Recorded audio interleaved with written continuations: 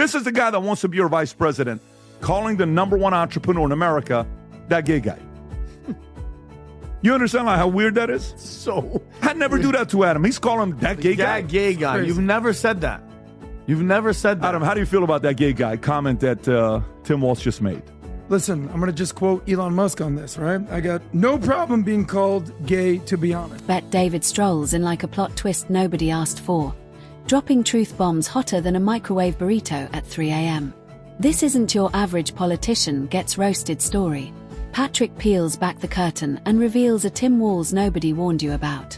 Forget polished speeches, this is quirks, chaos, and a reality check that leaves you asking, wait, that's the real Tim Walz. I got a question for you. You know, we watch you to see, how much ruckus and chaos you create sometimes.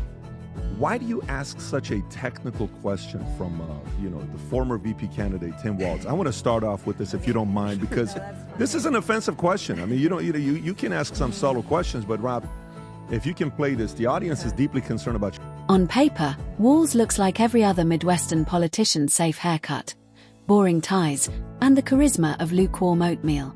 But Patrick isn't fooled. He rips away the wallpaper and shows the circus hiding underneath. Spoiler, it's not pretty, and it's definitely not normal. Intro 3. Question for everybody. How often do you talk and say something like, hey, Vinny, you know that gay guy? You ever talk to people like that? Never. I'm just curious, do you talk like that? Do you talk like that? Maybe you're watching this, you're like, I don't want to admit to it because I'm sitting in the bathroom watching this, but just yesterday I told my brother that gay guy. Okay, maybe that's you. That's okay. But guess what? Don't feel bad. Because somebody that's about to be your vice president also says that regularly. He says it so regularly that it's slipped up on stage. This is not even without cameras. For years, Walz sold himself as the wholesome small-town dad. Corny PTA jokes, grilling burgers, waving flags. But peel back that duct tape politeness, and what's left is a mashup of contradictions, part accidental performance artist, part guy winging it daily. Intro 4. Is a woman. What is a woman is the question. I'm not sure I understand the question here. Well, that. What do you want me to say? This is. I want you to say that a woman like me is an adult human female, that men can't become women. You guys are the party of violence, and you're the party erasing women. You don't respect us. You're a bigot. You're a misogynist. You're a sexist. Mr. Chairman, I yield back. Patrick lays it down. Walz plays political football like a little league dad, but then rewrites the rulebook mid-game. 1 minute, he's a moral compass. The next, he's bending like a pretzel for applause. It's like he downloaded every 90s cliché, mashed them together, and now recites them like a broken speak and spell. Biology, which kind of worked in your favor. But Rob, if you want to play this clip, he called Elon Musk. Pat, don't judge me. I would never do He that. never judges you. How long have you known that? I would never do that. Rob, play this clip. So poorly. Not only did we lose 10 million jobs, we were pitted into a hunger game against our neighbors to find toilet paper. That's how bad it was. So now, I suppose it wasn't too bad, thinking back to that economy. If you're a billionaire, Elon Musk, for example, say, that guy got it. Michigan knows that word. Look, that dude got a tax cut and the rest of us got shafted. And don't get it twisted, Walz isn't some goofy accident. His whole brand is controlled confusion. Folksy smiles, awkward handshakes, random baseball caps, it's all staged. Patrick points out that behind the act is a wannabe mastermind running on political gymnastics. He wants to be the wise uncle at the grill, but he ends up the uncle who overshares conspiracy theories before falling asleep in the recliner.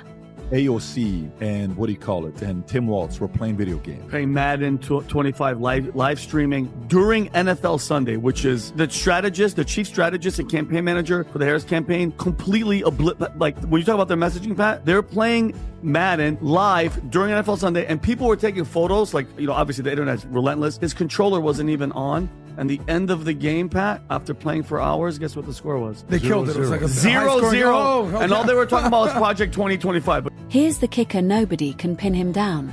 Fans see a reformer, critics see a magician, but Patrick cuts through both takes. Walz isn't leading, he's surviving. He morphs into whatever character the scene requires: stern leader, soft dad, wide-eyed optimist. Basically, the political shapeshifter nobody asked for.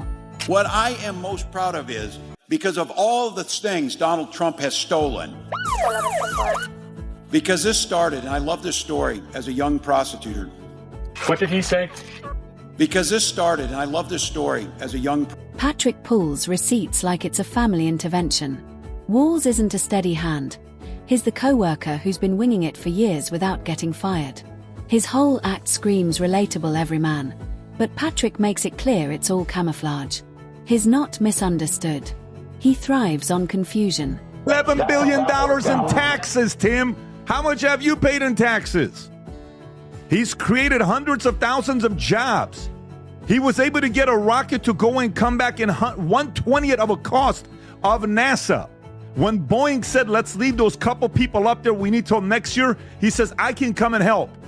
When you needed battery chargers nationwide, he already thought about that 15 years ago.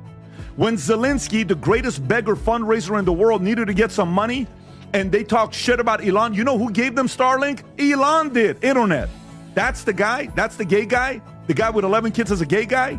That's the guy. Really? How many gay guys do you know running 5 different multi-billion-dollar companies? And people keep buying it. Walz convinced voters he's the safe option while running the longest improved act in politics. Patrick strips it down. Walz isn't a mastermind, his Wi-Fi strong signal 1 minute, total blackout the next. And yet, everyone still pays the bill. Listen carefully, and I had played it back a couple times, but you sounded upset. What happened? If I sounded pissed off, it's because I was. No, it's just like, he just ended his presidential career. I mean, there is no 2028 for Tim Walz. I buried him that day. Now, you have all these witnesses, these people that come to these big committees before Congress. They testify under oath. It's very, very public. And they spend millions of dollars to prepare for these hearings, for the toughest questions. What they're not ready for are for the dumbest questions, the most simple, most common sense questions. And so this is just a thing I've taken up on. I just ask Democrats when they come before me, what's a woman? And they just cannot answer Who's the answered question. Who have you noticed that is actually willing to be reasonable and give the answer? Nobody. Are you serious? No, I'm dead serious. Sometimes, though, he's actually setting fires, then convincing people it's just a barbecue. His speeches don't inspire, they sedate. Patrick calls him a political illusionist. Midwestern niceness up front, contradictions hiding backstage. He sells unity with one hand while tossing out division with the other. You get up in the morning and you doom scroll through things, and although I will say this, the last few days you woke up thinking there might be news. Just saying. There will be news sometime, just so you know, there will be news. Patrick exposes Walz as the paradox he is. A political Schrodinger's cat, both in control and clueless at the same time. He's not dangerous because he's extreme. He's dangerous because he's forgettable. Forgettable enough to sneak big changes past voters yawning through his pressers. Heartbeat away from becoming the vice president of the United States of America. And you can't define a woman. And if you can't define a woman, then you definitely can't define our rights as women. You definitely can't protect us as women. You can't protect our daughters. You can't protect me. Think about it. Real authenticity is messy. Walz's authenticity is sitcom-level scripted.